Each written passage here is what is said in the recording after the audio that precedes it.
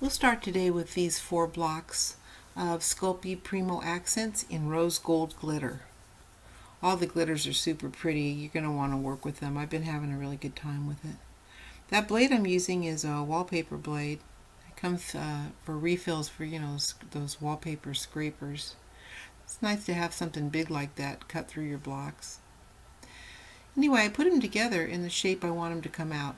And you'll see that when you do that, and you're wanting a rectangle to come out of your clay machine, if you put a rectangle in, it's really helpful. And I kind of learned that over time, trying to get an even slab. So you pop them in, and we want to end up with 5-inch wide, 14-inch long strip. And that's why we're using so much clay.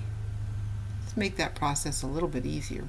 So we fold it in half so that we've got a 5x7 to work with, and we smooth it out, enough to put our decoration on it, which in this case is a paper stencil. This is by Recollections. I just love it. It's called Ravenshead Manor, and it comes in a pad of papers. You can use anything. I've used this to death. It's really held up, but they're not that easy to get. They're seasonal. So take your stencils, your silk screens, there's all kinds of stuff you can use. I'm using these Goldilocks brushes. These are the Papa Bears. They're the biggest ones. They go down to really petite ones in all different shapes. And I'm taking my Martha Stewart glitter. It's a real fine glitter. And it's nice and fine, but it's not powdery, so it doesn't, doesn't get in your face quite so much like mica does. So it's kind of nice for a difference. And I'm using that with the brush, and I'm putting a little pressure on it. It doesn't so much show in the video, but I'm making sure that I'm kind of pouncing it into those areas and making sure it's really in there. And it's a really fun part of it. I like doing that part, so take your time. When you're finished, just brush it off. I'm just using a really inexpensive paintbrush from Walmart. And that way there's not so much there to fall back on the clay, when I peel it back. And it looks good. I love that design. Any kind of a swirly, or depends on your medallion. So this is the EasyCollar template, and I'll give you a little explanation of it. They come 2 to a package, or you can make your own templates, or you can do all kinds of things. But I designed them so that you'd have an extra one, and you can cut it a different size. So that's what I'm going to do with that one, and I'll make some things with it. And this one I'll keep in the size that it came, and use it to cut out my clay today.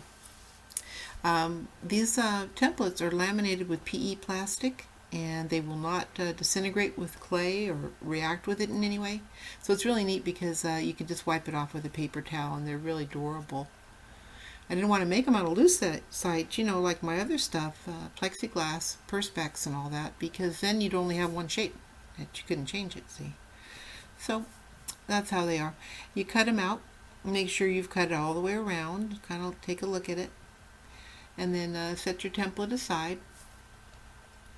And then take this part off. I'm going to just recycle these through the clay machine. And it doesn't hurt it at all to have that glitter in there, or mica powder, even paint. If you put it through the clay machine again, it's just still usable. It's not even, doesn't even look, dirtied up or anything. So this center part I'm going to save, though, because I think it would make a really pretty bracelet, or I can make a dangle, like even for a necklace like this. I could make earrings. But for this one, we want to do the medallion, so I'll save that extra and just lay this strip onto a glass bowl. Now this bowl business is because, everybody's got a bowl, and I was thinking about using a metal form, which the metal forms are really nice. But I figure when you've got a bowl, you can kind of adjust it to any size you want, because if I pull those sides down, see, I can make a much wider opening. I bring them in, and the opening is narrower at the top, and I know what size my neck is, and it's, scrawny, so I can make mine fit just the way I want to by just using a bowl. So, that's why I didn't include a mold in the kit, because it's just so easy to find the right thing for you. And it doesn't cost you any shipping either, that way. So anyway, you settle down the top, you settle down the bottom. I'll go ahead and do that. And you make sure that it's kind of cupped inward, and it looks a lot prettier that way. And then you add your bales. And these bales are copper, as I have a kind of a little copper stash on hand. But the EasyCollar kit comes with silver bales, gold bales, a foot of silver chain that matches, and a foot of gold chain that matches, and a really pretty gold toggle clasp, kind of an ornate one, and a really pretty silver one that's really, you know, kind of fancy for these. So it just looks nice. I'm going to give myself this copper one because I don't want to use up the kits that are for you guys, you know. Anyway, I'm going to put that in there. I'm going to tuck it in with my tool. That's a Sculpey tool. It's a ball stylus, and it has that rubber tip. And I just use it over and over and over again.